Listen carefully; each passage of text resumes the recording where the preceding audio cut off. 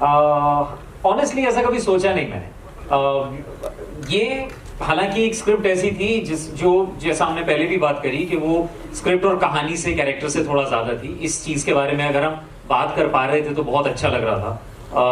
मुझे याद है बचपन में mom and dad Manoj Kumar ji जो फिल्म्स करते थे किसानों के बारे में, उनको they used to be really proud कि कोई है जो उन लोगों के बारे में बात करता है जिनकी वजह से हमारे पेट में खाना जाता है, we sleep well at night. तो बात बस वही थी कि जब इस चीज की बात हुई तो मुझे ऐसा लगा कि इससे जुड़ना चाहिए। एंड गंभीर बात होने के साथ साथ, और सिर्फ किसानों के बारे में ही नहीं, जैसा आपने देखा मैं और अनंत फिल्म में तो यंगस्टर्स जो कि काम करते हैं, और आई थिंक हम सब लोगों में जब तक हम सो कॉल्ड सक्सेस नहीं पा लेते हैं अपनी लाइफ में, काफी परेशान रहते हैं कि ये सोचा नहीं था और थोड़ा बेटर होना चाहिए था लाइफ में। लेकिन कैसे उन चीजों की वजह से आप कुछ ऐसे डिसीजंस ले लेते हैं जो कि नहीं लेने चाहिए। And when you get to realise कि यार आप तो फिर भी बहुत अच्छी पोजीशन पे हैं, कई और लोग ऐसे हैं जो कि आपसे भी बहुत बदतर हैं। So these things about farmers and the youth of our country, जब ये दोनों चीजें साथ आई तो मुझे लगा कि ये एक अच्छा मौका है किसी फिल्म करने का। लेकिन हाँ, कॉन्शियसली ऐसा कुछ सोच के नहीं करता हूँ, वरना मिर्जापुर नहीं करता। देवेंद्र, लेकिन फिल्म है, कहानी है, तो क्या किसानों की आपने कहा कि दोनों अलग अलग मुद्दे हैं, तो हमारी फिल्म में जो ऑफ लेट जो फार्मर्स बिल को लेके जो एक मूवमेंट हुआ था उससे रिलेटेड नहीं है, क्योंकि उससे पहले हमने ये फिल्म शूट करी थी। आज हमारे लिए इतना we are so emotional all of us also इसलिए क्योंकि इस फिल्म ने बहुत कुछ सहा है।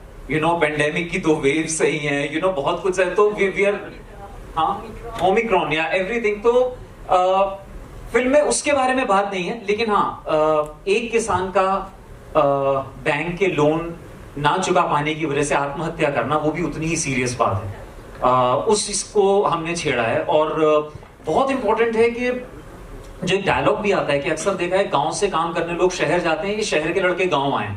आई थिंक ये कहीं ना कहीं वापस शुरू होने लगा है। हम लोग काफी ऐसे लोग हैं जो कि एंटरप्रेन्योर्स हैं, जो कि कहीं ना कहीं अपना छोटा छोटा बिजनेस स्टार्ट कर रहे हैं, अपने स्टार्टअप स्टार्ट कर रहे हैं, और वापस we are going back to our roots. तो आई थिंक वो दिन दूर नहीं है जब हम छुट्टियां मनाने शहर आएंगे और काम जाके वापस गांव में करा करेंगे। इस फिल्म के दौरान एक एहसास होता है कि यार लौटना तो यही है। हाँ, शायद असली सुकून या शांति जो हम ढूंढ रहे हैं वो शायद यही है। जी बिल्कुल। तो हमने ये जो फिल्म शूट करी, हमने मध्य प्रदेश भोपाल के पास एक गांव है सियोर, वहां पे शूट करी। तो सबसे बेस्ट चीज तो ये होती थी कि हमारी वैनिटी वैन जो होती थी, तो आप अगर वैनिटी वैन का दरवाजा खोलेंगे तो सामने ग्रीन फील्ड्स होते थे। तो एवरी डे मॉर्निंग एक्चुअली वो फार्मर्स ही थे सारे उस गांव में जिनके साथ हम लोग शूट करते थे। और व्हाइल शूटिंग द फिल्म उन लोगों के रिएक्शंस देखना, वो बहुत बहुत मजे से रोज आके बिना लागा शूट देखते थे और इस बात को देखते थे कि क्या क्या बात हो रही है। हम बात कर रहे थे कि कैसे फार्मिंग टेक्निक से आपकी फसल बेहतर हो सकती है, मिट्टी की जांच होनी चाहिए बुआई से पहले कि आपकी मिट्टी किस चीज के लिए बनी है। तो उन लोगों ने बहुत अच्छा रिएक्शन दिया उसके बारे में, उनको समझ आई वो सारी बातें। तो while making the film also you feel that you are already part of a movement। तो वो बहुत हार्टनिंग था हम सबके लिए। एंड ऑल्सो ये एक तो जज्बे की बात होती है ना, कि जज्बा है कि वहां पे पहुंचे, लेकिन कुछ चीजें होती हैं टेक्निकलिटी, वो भी हमने फिल्म में बात करी है। जैसे छोटी सी बात है कि आपको सॉइल पहले टेस्टिंग करनी है, आप कम जमीन पे अपनी फसल करते हैं तो उतना नहीं हो पाएगा, अगर आप जमीन जोड़ के करते हैं तो ड्रोन्स कैसे आज की डेट में हेल्प कर सकते हैं।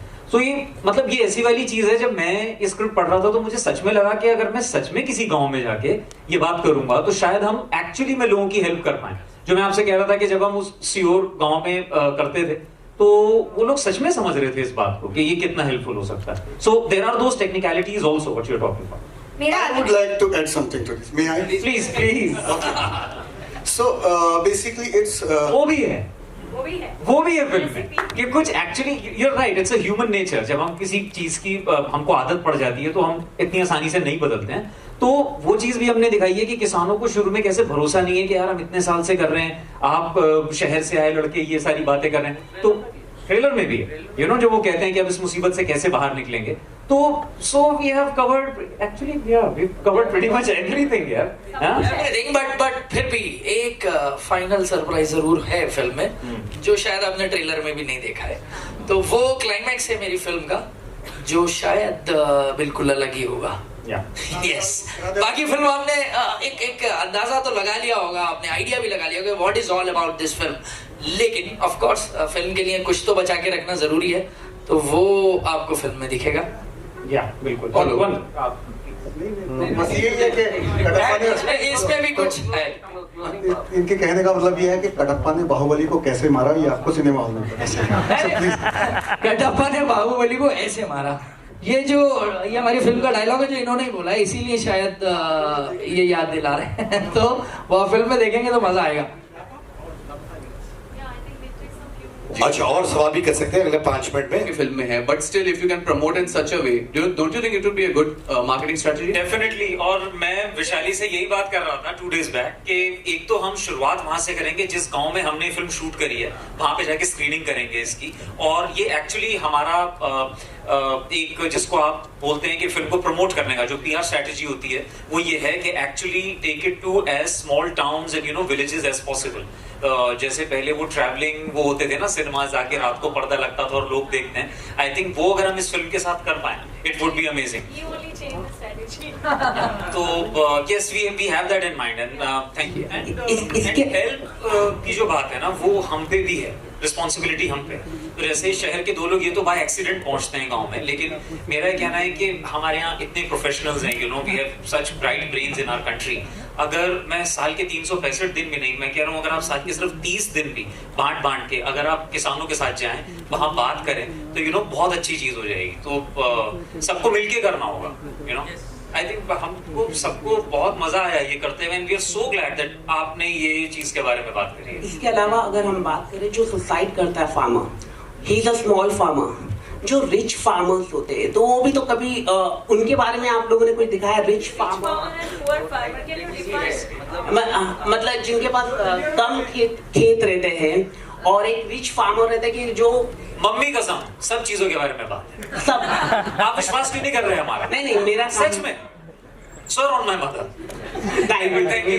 नहीं है यार, सारी चीजें हैं, लेकिन at the same time it's not a documentary. ऐसा नहीं है कि मतलब लोग कहें कि कृषि दर्शन आता था ना बचपन में, मैं तो वो भी बैठ के देख लेता था, वहीं से किसानों से जुड़ गया था। लेकिन एंटरटेनिंग वे में जितनी चीजें हम कवर कर सकते हैं वो सब करें। और 2.5 घंटे के अंदर ही मतलब बोर्ड के एग्जाम्स थे, ठीक है, मैथ्स का पेपर था, बहुत खराब गया था। मैं घर वापस आया और मेरे ट्यूटर ने कहा बेटे क्या क्या सवाल करके आए हो आप?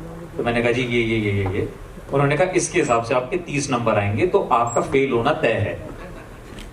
होप अब देखिए क्या हुआ। उस सेट में पता चला कि एक जो क्वेश्चन था 5 नंबर का, वो आउट ऑफ सिलेबस था। I got 35। मैं 11th में पहुंचा और आज यहां तक पहुंचा। सीरियसली ये बात मेरे दिल के बहुत करीब है। और कोई अपनी होप की स्टोरी